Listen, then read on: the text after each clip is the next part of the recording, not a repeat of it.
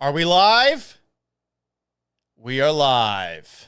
It's football time in Houston, and we're ready to play. Hello and welcome aboard the Gallant Says podcast. It is Saturday, August 17th, and the Houston Texans just beat the ever-living bejesus out of the New York Giants 28-10 to improve to 2-1 in the 2024 preseason. We're going to talk about everything that went down in the game, including the best player on the field for the Houston Texans, why maybe a positional group that we were all a little bit nervous about won't be that big of a problem, why this offense could be unstoppable on one side and has some really big questions to answer on another side. Let's hit it. A radio show host in Seattle called Paul Gallant. You are definitely living in the hindsight world today, Paul. Do you feel there's been a consistent theme with the interceptions? I think every interception really has a different story. I was just kind of curious what Paul gets to see. Grow, mother. Are you kidding me? Paul Gallant, what the hell is wrong with you?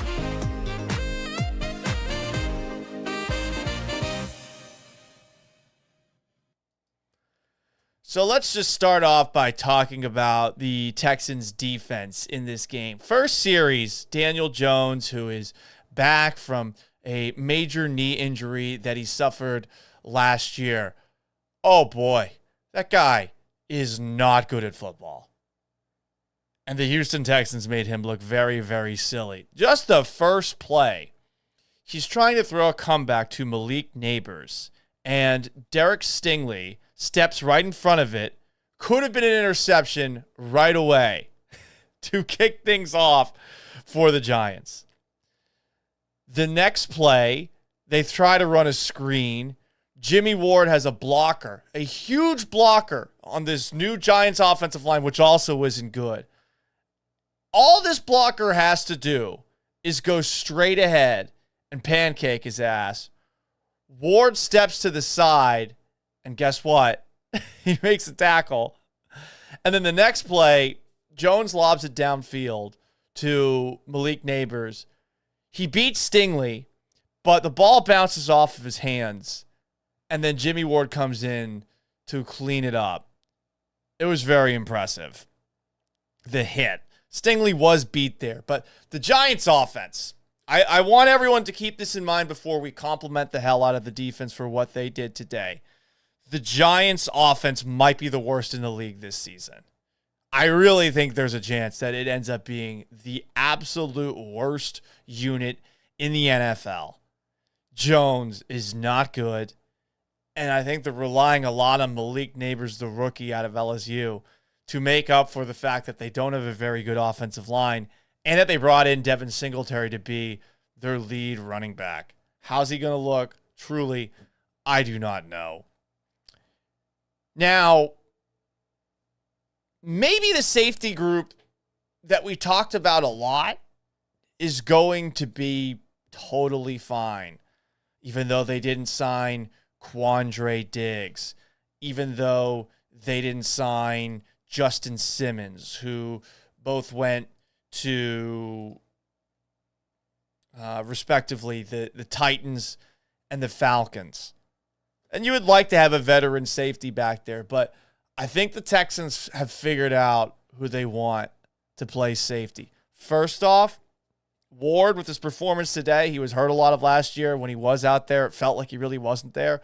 The first drive of the game, I thought he made his presence known. But they're also moving Jalen Petrie up into that nickel corner position, and Petrie just seems so damn comfortable in that spot. And a lot more physical than I remember him. Remember, tackling was a big issue for him his first and second year with the Texans. But I'm looking at the notes that I took, and from that absolutely fucking idiotic throw by Daniel Jones in the end zone to Jalen Petrie, who waltzes in for the easiest touchdown he'll ever score on, Petrie just kept making highlight after highlight after highlight. Giants get the ball back after that pick six, and I think this was the second play of the drive. Singletary shakes and bakes Azeez Al-Shaair for a first down, but Jalen Petrie meets him in the middle of the field, puts him on the ground. Very next play, Jones throws a check down to the running back. Petrie comes up and makes a great open field tackle. The next play, there's a toss to the right. Derek Barnett gets the tackle, but Jalen Petrie blows up the pull blocker on that play and creates havoc in the backfield. Third down, you get another play from Jimmy Ward, who smokes Malik Neighbors as he makes an incredibly acrobatic catch to give the Giants the first down. Then the very next play, Jalen Petrie again blows up a run for a loss. He was all over the field on that drive. And if they can get that out of him in the nickel position where he's playing this hybrid safety linebacker position, man, that could unlock a entirely new element to the middle level of the Texans defense that they're going to have some depth issues at right now, especially if Christian Harris isn't ready to go to start the year. So I thought Jalen Petrie was by far the best player in today's game for the Houston Texans, and I think you should be very excited about what they were able to get out of him in that nickel role. And then the very next play after you saw what Petrie was doing and Ward was doing on that drive, the Giants were driving for what it's worth, but Daniel Jones throws it deep to a very covered number 13 for the Giants, and Derek Stingley was in perfect position the whole way. Gets an interception. Texans start with the ball at the 1 yard line, so a little bit difficult for Dameon Pierce on a carry that came up right after that. But there you go, guys. The Texans' safety position really looked good. Really looked good yesterday. More comments here. I think we might have an issue on the actual restream chat and my ability to see every single restream. So once again, we're trying to figure out how to properly work this when we schedule an event. Because I can see on my screen that there are some chats that are popping up, but unfortunately, it seems like the YouTube comments are not showing up for me in my chat. Okay, so we are getting YouTube comments. That at the very least is good. That's bizarre. I don't understand why the restream chat can actually show. Anyway, sorry, no one cares about any of this shit. I'm going to continue to talk about what's been going on in this game. So, the passing game for the Texans. It looks like it's going to be really difficult to stop inside the 20s. I mean, every single play, it felt like Stroud had somebody wide open on this one. You saw the slant play to Stephon Diggs. He found Schultz and Brevin Jordan a couple of times. The bootleg that he had to Brevin Jordan. The comeback that he threw to Nico Collins, where he probably gets away with offensive pass interference.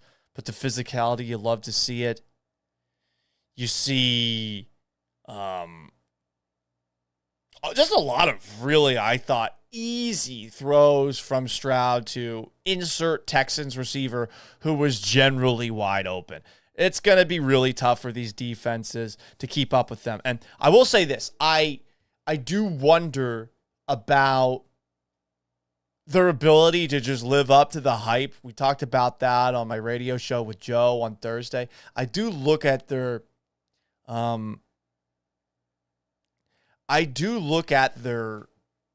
just expectations and wonder if anyone can meet up to these expectations. You know, people are talking about them like they're going to be the greatest offense in NFL history, you know? So these are things that I wonder about, if they can live up to those expectations. What else do we have to get to? I will say, inside the 20, didn't look so good. First off, you had fades. What the fuck are we doing? Fades are terrible. First fade to Nico Collins. He comes down with the ball, but he's out of bounds. Second fade to Dalton Schultz. The ball's way out of the end zone.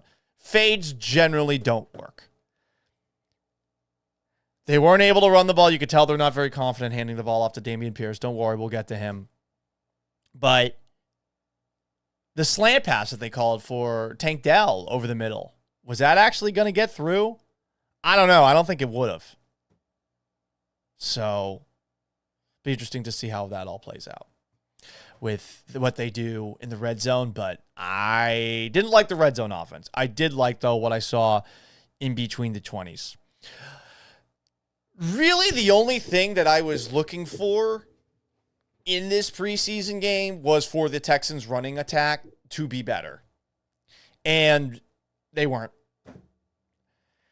And I know a lot of people are already talking about Dameon Pierce and his issues here.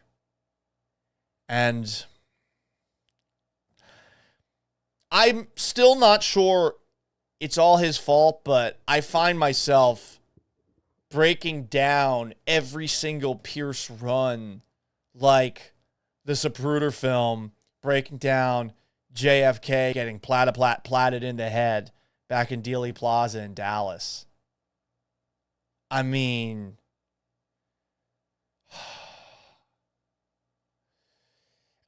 I'm looking for reasons to defend Pierce here because I believe in his talent.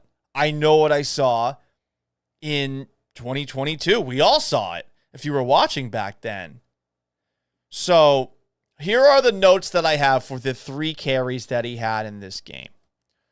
The first play was a toss sweep to the right. He had room. I think there's an argument to be made that he could have cut up field. I think there's also an argument to be made that Stephon Diggs should have been blocking the corner as opposed to the safety, and that corner on the outside made Pierce turn in where he was unable to get anything. He definitely hesitated. There's no denying that. Diggs could have helped him out. Is Stephon Diggs a blocking kind of wide receiver? We'll see. I'm skeptical about a 10-year vet that's got almost 10,000 yards receiving, caring all that much about blocking. Carry number 2 for Dameon Pierce. He goes right for 1. He had 2 holes to pick from. He should have picked the inside one. He ran right into his blocker. Kayvon Thibodeau was shielded to the outside. He fucked that run up. No question about it. And then you've got the third run by Dameon Pierce in a game where he had 4 carries for 5 yards. Up the middle from his own 1. He's got nowhere to go because the edge blockers shed their guys and then pinched. You would think, though, that a guy that runs with the kind of power and tackle breaking ability would be able to get a little bit more push there, or a little bit more push running into his own guy. And it's a shame because he was saying all the right things at training camp practice about how this past year he learned so much and he feels like he's going to be able to take so much away from it. And it's just not showing up on the field. I feel for him. I really do. I don't think the blockers are helping him all that much, but it looked worse just seeing Devin Singletary with a worse offensive line in front of him with the Giants making some moves out there. And then a little bit later, you see Cam Akers out there, and man, Cam Akers at the very least has earned a chance to run against better defenders, you know? I mean, there's that one run that he had to his left. He stops. He goes back to the right for a first down. I hope that in those joint practices against the Rams that we see him with the first team offense occasionally. That's really the last test that the Texans are going to see this preseason, especially from a defensive perspective, because we know that Justin Fields and the Steelers haven't given him that, and that Daniel Jones and the Giants haven't given that. But on the offensive side of things as well, okay, I don't know what the Rams defense is in a post-Aaron Donald world, but I do know that I want the running game to look better. Maybe it's time to start putting in Cam Akers, who I'm not the biggest fan of. I never have been the biggest fan of. I think he's overrated due to the stats that he's put up in fantasy football. I feel like there's been way too many stories about where will Cam Akers sign the last couple of seasons, and maybe that bias is clouding my judgment, and maybe that's why I'm still looking at Dameon Pierce and thinking to myself, he's got something. But Akers has played better. Akers deserves better opportunities. What else do I have here as far as my notes? I think Case Keenum should be the Houston Texans' backup quarterback. I thought it was very annoying that some of the more Texans-focused podcasts and YouTube channels out there were focusing on a Davis Mills trade. It is August. They have content to put out there, so if people want to talk about Davis Mills, they can. I don't understand Davis Mills' appeal. He has a cannon for an arm, but he's not very accurate towards the sidelines, and he's a bit of a statue behind center. Keenum can move, and Keenum had one run rolling to his left, or one throw. I think it was to John Mechie, where he's rolling to his left, throwing to his left, right-handed guy. He is able to elude a pass rush in a way that Davis Mills just can't. If I had to pick a backup quarterback, if CJ Stroud gets injured, God forbid, this coming season, I would prefer to have Case Keenum in there as opposed to Davis Mills. And one last thought before we get to your comments. Twitch.tv/Gallant says, YouTube.com @PaulGallant. I'm going to eventually figure out how to see all of the chats in one little thing. But I think that John Mechie has a chance to make this roster. And I know some people were wondering about him. He hasn't had the best training camp. He really hasn't. He's had some rough moments. It seems like he lost confidence, but he had a nice catch to the left on the sidelines, and it was out of bounds, but it felt like, and the broadcast brought this up, it felt like he had more confidence going forward after that moment. He finishes with 6 catches for 68 yards and a touchdown. He had 2 key catches on third downs on that eventual touchdown drive where he caught a touchdown pass from Keenum. 2 third down and long conversions where Case Keenum found him. This could be a symptom of Mechie being in there against backup defenders, 100%. You could say the same thing about Cam Akers too, and Keenum. But I think Mechie has earned a fresh look after a training camp that I think, for the most part, he has struggled in. All right.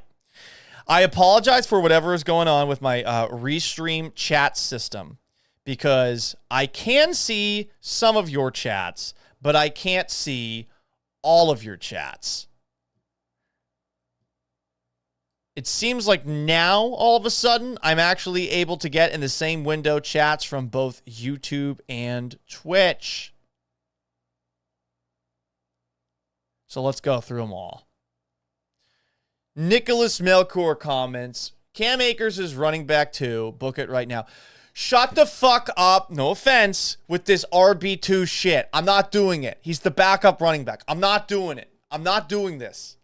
I don't know where this entered the lexicon. QB1, wide receiver 1, running back 1, tight end 1. I'm sure it's from fantasy football. I fucking hate it. Running back, he's the backup running back. He's the spell running back. I'm not doing it. I'm not doing this.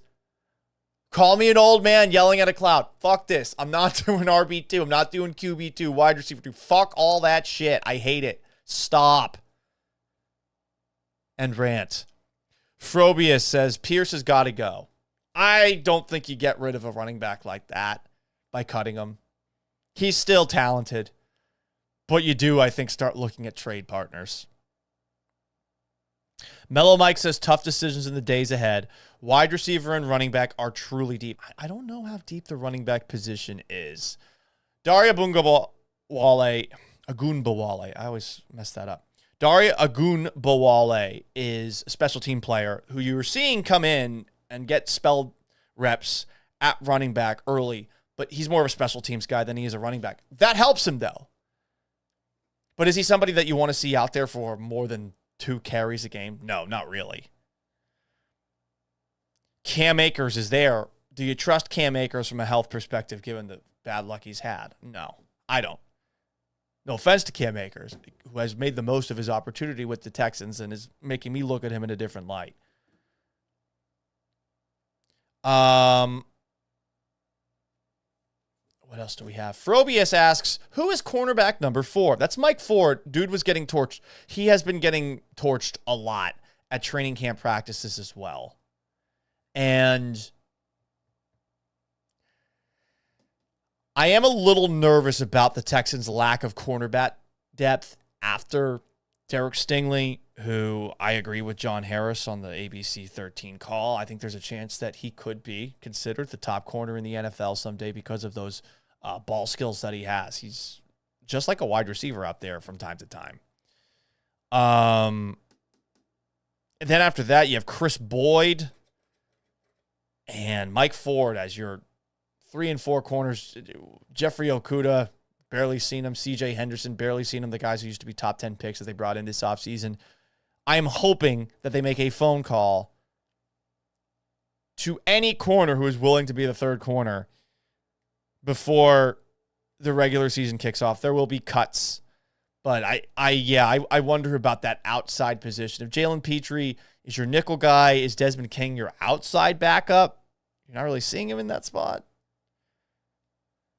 And I think there are some interesting things about Desmond King that frustrate the Texans, which is why he might have been on the Steelers last year.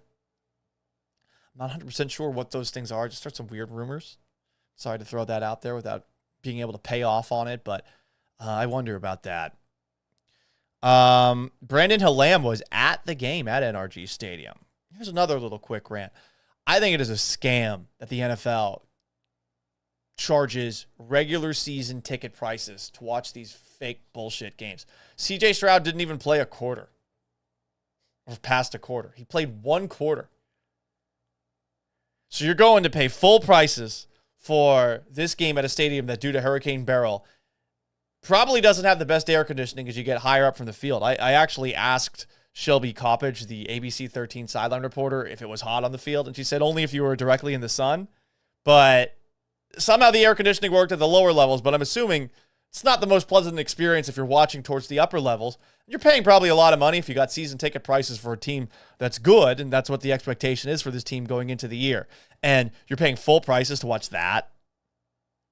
I mean, at the very least, the New York Giants offense and Daniel Jones played the part of the Washington Generals and looked like complete doo-doo.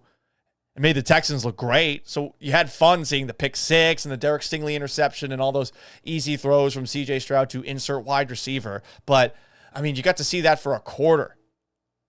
If you're a diehard Texans fan, all the power in the world to you. I'm not telling you how to fan or anything like that. I'm just saying, as somebody who worked for the Texans flagship and has been to many, way too many preseason games over the course of my life, knowing those games mean little and seeing how little players who are actually going to play during the regular season play makes me feel like the NFL is laughing to themselves as they take your money for these games. I'm blessed to have this job, and this is a first world problem, complaining about going to a preseason game, realizing that it doesn't have all that much meaning.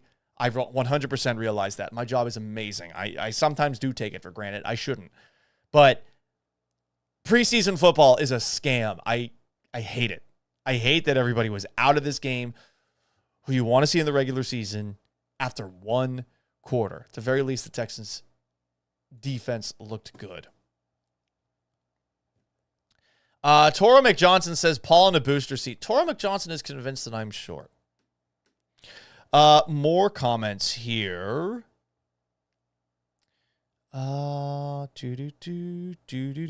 Matthew Green. The running game is so bad right now. I'm hoping it's night and day with Joe Mixon. If not, I think it's a coaching or O-line problem. This is my biggest concern with the running game, because I know we're all focusing on Dameon Pierce. It's easy to focus on the running back who struggled last year in this system and say, okay, he's having the same problems, right? But it might be a deeper problem. I don't study offensive line play enough to understand the intricacies of what's supposed to happen in Bobby Slowick's offense. But I do know that when I asked D'Amico Ryans on Sunday about the Texans' inability to run the football and what he saw out there that wasn't working, he said that they have to block better at the second level. Is that the reason that Pierce struggled in this game? It might be part of it. I agree now with everybody that he is hesitating. But last year, the Texans' offense ranked towards the bottom, if not at the very bottom of the league when it came to running the football. Shout out to Devin Singletary, somehow making it work behind that banged-up offensive line. I truly do not understand how that happened. I really don't. Because he had some good moments. And he had some good moments today for the Giants in a similarly from an offensive line perspective, terrible situation. Mellow Mike says, Pierce is the walking dead in the backfield. Damn, dude. We have other options at running back that look more promising. Let's not repeat last season when he was the starter and we waited too long to start Motor. Don't you understand why they would have started him at the beginning of last year, though, given how good he was in 2022 with Davis Mills as his quarterback? I mean, they were loading the box. More comments on YouTube at Paul Gallant, on twitch.tv/Gallant says, we need our run game to go from bottom 5 to top 15 to have a decent all-around offense this season. Top 15 might even be stretching it. I'm trying to think where the Chiefs running game ranked for some of their Super Bowl runs, because I don't think it ranked very high for some of the earlier ones. I mean, can you name a Kansas City Chiefs running back off the top of your head before Isaiah Pacheco? I remember they drafted Clyde Edwards-Helaire in the first round, and some people like Louis Riddick were like, this is going to be the best fantasy pick I can make. I'm going to draft him first overall. And I love Louis Riddick. I think he's a great analyst, but that was all time. What the fuck? Kind of move. Frobia says Mills is def the backup. Then why wasn't he the backup against the Titans? Travis says can't agree on Mills versus Keenum. Keenum looks like an old man out there, and he doesn't have the physical talent anymore. Mills doesn't have the accuracy. I get it that he made a guy miss, but who would you rather have for one game? The guy who's actually done it in the NFL, who is definitely older for sure, or a guy in Mills who like has had, 2 good games in 2022? EDF asks, is Blake Fisher... Oh, God damn it. Fuck off. Fuck off with the OT1. OT1 or OT2. I know you're trolling me. I know it. I just did the rant. He is your swing tackle. He is not a starting tackle. He's out there because Laremy Tunsil's not playing. Stop. Stop with this. I guess I'm going to have to show restraint and not get mad going forward. I'm going to have to ignore this. I'm just going to have to look the other way when you do this position group 1 shit. Fuck this. I hate it. It's not real. No one talks like this. OT1? What the fuck? Laremy Tunsil's little OT1 if you want to do that bullshit. Titus Howard is OT2. Bubba Homeschool's talking about running back 1. God damn it. God damn it. Running back 1, Mixon. Running back 2, Akers. Running back 3, Taylor. I like JJ Taylor's burst. I always have. Pierce is going to make the team, though, guys. They're going to trade him. They're not going to cut him. Brandon Halam says the tickets are $10 for the upper levels of this game. Wow, that's actually pretty awesome. Mellow Mike says, I actually enjoy preseason. Props to you, Mellow Mike. Brandon Halam says, my dad is a big Case Keenum fan and wanted to see him play again. So I got him some tickets. Hell yeah, dude. Go Cougs. Cebu comments, a Mixon Singletary backfield would have been really nice. Yeah, but you're going to have to pay Singletary to keep him around. Capsize says, haven't seen you live in forever. What's up, Paul? King of all Twitches is trying to troll the YouTube commenters. And by the way, you can see the chat section if you guys want to be dueling chatters to the left. See ya, King. See ya, Bear Brother as well on the Twitch. Milo Mike says, Paul, did you forget how bad this line was that Motor was running behind? No, I agree. It was a bad offensive line last year. That is why the Giants signed him, because their line is ass. What did Devin Singletary sign for, honestly? I forget. I don't like the Joe Mixon extension, just to be perfectly honest, because I feel like we should see him play before giving him that extension, especially in this offense in 3 years and $24 million. It's a lot. 3 years and 16 and a half. Okay, so definitely doable. I think they must have believed that Dameon Pierce was going to be able to figure it out this offseason. Clearly, that's not happening. Some other notes before I hit the road and go Saturday it up. I love the new uniforms. I think they look so much better. I know we saw them at first, not on the field, and you think to yourself, oh, it looks like the Falcons, but no, I really like it. I like the numbers on the shoulders without the outline. I think the the very subtle red outlining the new look numbers is good. I like the red font on the back. I think the helmet looks crisper. And I also like the thing that they did with the socks. The NFL used to do this weird thing where you'd have dual colored socks. I don't know if you guys remember that, where you'd have like half white, half red socks if you're the Texans. And now they just have like a full blue sock. I think it looks great. Fashion guy here. I also actually really like the local broadcast. We've come a long way since the days of who's that guy? Pelicans broadcaster. Joel Myers and Spencer Tillman, where Joel Myers, I felt like, was barely on top of the Texans. And then you had Spencer Tillman, and I enjoy Spencer. This is a guy who, while with us on ESPN 97.5 and 92.5, was doing some fun rejoins for us. But Spencer used to always say these weird sayings that weren't real, like smoke through a keyhole and apple in a roadmap. And I never felt like I was getting expert coverage of the Texans. It felt like, hey, he's here for the training camp, but this isn't all he talks about. This isn't his life. And I really think that this booth, so with Kevin Kugler, who, best of all, just stands to the side and lets John Harris and ND Kalu talk, I really like it. You actually feel like you're getting a diehard breakdown on the TV, and it almost makes me wish, actually, shoot, it doesn't almost. It makes me wish that we had a localized TV broadcast for the NFL. I know you can do the thing where you sync up the TV with the radio call if you want, but that's a pain in the ass. It's hard to do, and you can't opt into the radio broadcast while watching these games.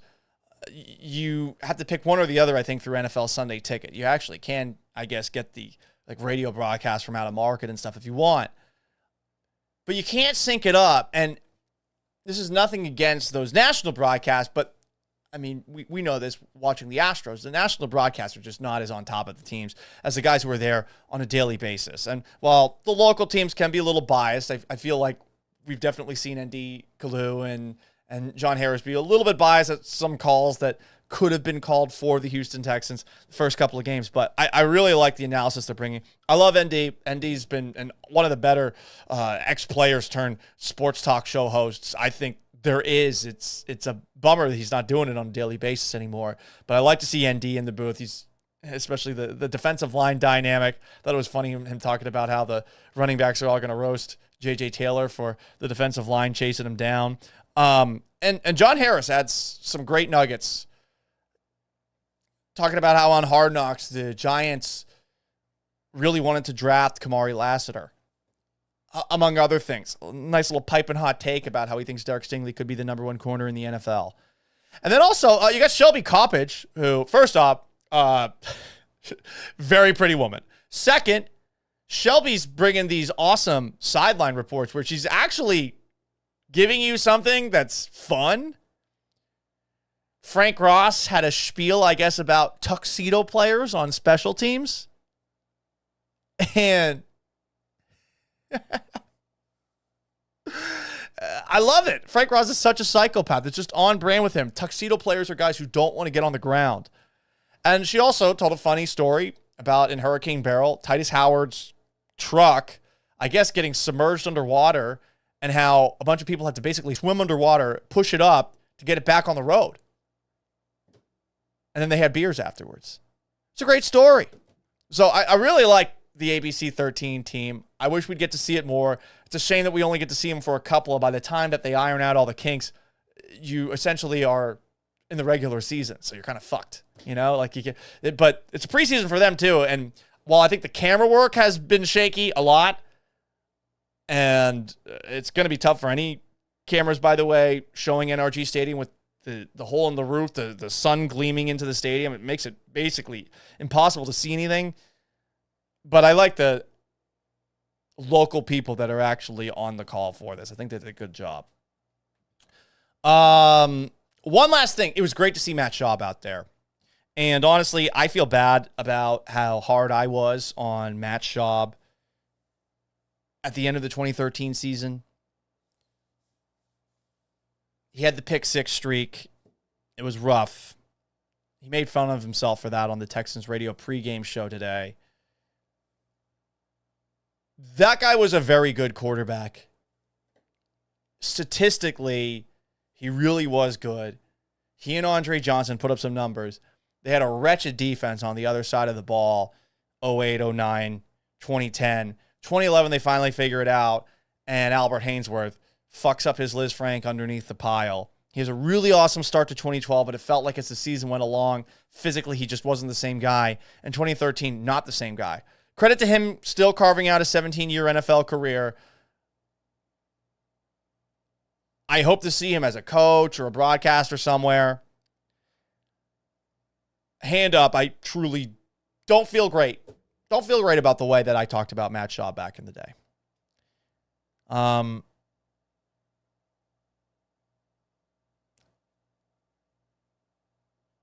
I think some of the ways that he was talked about led to that awful incident that someone came to his home and I forget, was it graffiti or vandalism that happened on his front lawn? Whatever the case.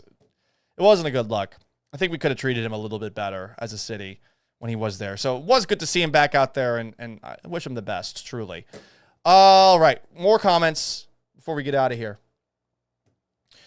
Dominic Pizzanelli says, Gallant, now that 6'10 sucks, I'll be riding with you. Phone lines open. I have no hard feelings towards 6'10 anymore. The person that I have the hard feelings for, no longer there. Not talking about Landry, by the way. Someone in programming. That person I get along with in person, too. I just think it was bullshit. But whatever. Past that. I think the people at 6'10 do a good job, truly. No idea what's going to happen with the new midday show, but I know you can listen to us noon to 3 on ESPN 97.5, me and Joe George. Phone lines are open on that show. I am not quite sure yet how to incorporate phone calls into this. Landry and Cody, with their YouTube broadcasts, are a lot more adept at working with this stuff. I'm still learning on the fly, to be perfectly honest. More comments here. Froby says, I'll bet you Pierce gets cut or traded for a 6 to a team that doesn't want him to hit waivers. Well, those are two totally different things. I would bet you on the cutting. I don't think he's going to get cut. Traded for a 6, I could see that happening. People are asking what we would get for Dameon Pierce. Yeah, probably something like that. Not a lot. Mellow Mike asks, how does a guy named DP not find a hole to run through? Yeah. Nice joke. Nice joke. Need a Horatio Kane for that. Press the It's Football Time in Houston button at the same time. It's football time in Houston, and we're ready to play. Oh yeah, brother. What else do we have before we hit the road? Oh, I didn't want to do this at the very beginning as harshly as I will do it now, but the New York Giants offense is one of the worst fucking things I've ever seen. Daniel Jones, that guy's a 5th-year pro. I don't care if he tore his ACL last year. First play of the game should have been an interception. The pick 6 to Jalen Petrie is one of the stupidest fucking throws I've seen in my life. And the interception that he threw to Derek Stingley a little bit later, I don't know how he didn't see Derek Stingley there. Stingley was covering him the whole time. And the Giants locked this guy up long term, and they let Saquon Barkley walk? What was Saquon supposed to do behind that offensive line? And with that quarterback, who sucks? And how did the Giants talk themselves into keeping this guy around? I am baffled. That was a fucking horrible display of offense here. And Remember when everyone thought Brian Daboll was this offensive whiz? I mean, he kept in Daniel Jones and the first team offense for the entire first half. Was there one moment where you thought they looked good? One. And they were going up against backups towards the very end with a drive that stalled for a field goal. And we're advancing because Chris Boyd and Mike Ford aren't the best corners, but he still couldn't get into the end zone against backups. Oh, boy. Truly embarrassing, the Giants' offense in this game. And I just wished it was that bad during both of the Super Bowls against the Patriots back in the day. More comments here. Mellow Mike asks, is Jones actually dating Kay Adams? What? Where did that come from? Hang on.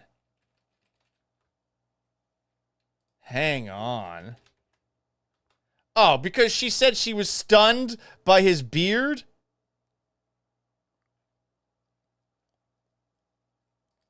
TMZ reported yesterday that he's dating Kay Adams. Well, TMZ generally does get those things right. Hang on a second. TMZ, Kay Adams, Daniel Jones. Let's see that. I'm looking for the story. I can't find it. It says per TMZ, but it doesn't say. I don't see the actual article. I see a couple of people tweeting that out. Shams broke the news about Kay Adams. No, didn't Shams shoot his shot with Kay Adams? Yeah, I don't know. Truly, I don't know. But hey, at least listen, I wish Daniel Jones well. But he's got tons of millions of dollars, right? Tons of money. He's not good at football. But if he's got Kay Adams and money, good for him. And I am jealous. I am jealous. On that note, that's going to wrap up today's edition of the Gallant Says live stream. We're going to get back into podcast form soon. I have to figure out how the restream chat works so that I actually can see all of your comments all show long. But I appreciate you guys for stopping by. Sorry for the late start on today's show. Didn't watch it live. It's the preseason. Regular season time will be in a more timely manner getting on the air. But if you haven't already, please like this video, subscribe to the channel, whether it's YouTube or Twitch. We'll be back at it, I think, Monday night. We're going to shoot for 6 o'clock. We'll see what happens. You know me. Very often promising things that I don't deliver on when it comes to the live stream. But maybe this time's different. I am merely Paul Gallant. So long, farewell, and have yourselves a